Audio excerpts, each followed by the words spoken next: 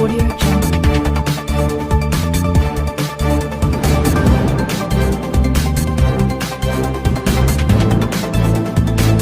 Audio Jungle. Indian air force day 2020। जानिए हर साल 8 अक्टूबर को क्यों मनाया जाता है भारतीय वायुसेना दिवस।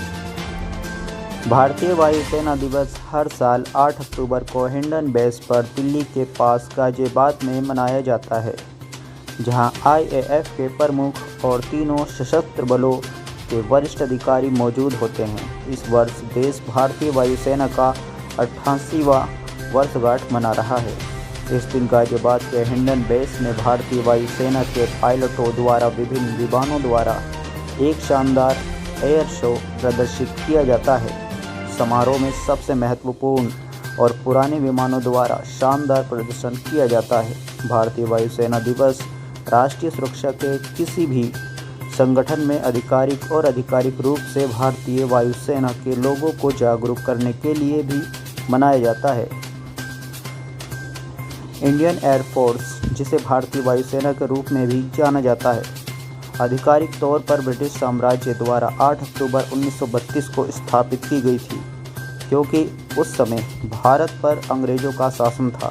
भारतीय वायुसेना 3 भारतीय सशस्त्र बलों की हवाई शाखा है और उनका प्राथमिक मिशन संघर्ष के समय में भारतीय हवाई क्षेत्र को सुरक्षित करना और हवाई गतिविधियों का संचालन करना था।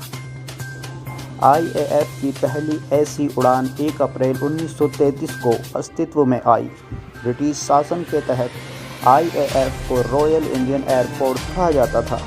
हालांकि आज़ादी के बाद 1950 में सरकार द्वारा एक गणतंत्र में परिवर्तित होने के साथ ही यह भारतीय वायुसेना में बदल गया। भारत के राष्ट्रपति के पास वायुसेना के सर्वोच्च कमांडर का पद होता है। वायुसेना प्रमुख एक एयर चीफ मार्शल वायुसेना के परिचालन कमान के लिए जिम्मेदार होता है। 1,70,000 से अधिक कर्मचारी वायुसेना में कार्यरत हैं। इसके कर्मी और विमान की संपत्ति दुनिया की वायुसेना में चौथे स्थान पर है। वायुसेना को 5 परिचालन और 2 कार्यात्मक कमांडरों में विभाजित किया जाता है। प्रत्येक कमांड की देखरेख एक एयर मार्शल के रैंक के साथ एक वायु अधिकारी कमांडिंग इन चीफ द्वारा की जाती है।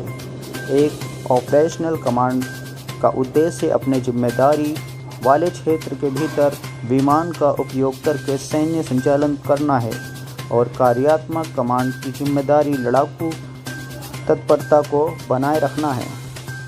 जनवाद टाइम्स के साथ जुड़े रहने के लिए जनवाद टाइम्स के न्यूज़ चैनल को सब्सक्राइब जरूर करें। धन्यवाद।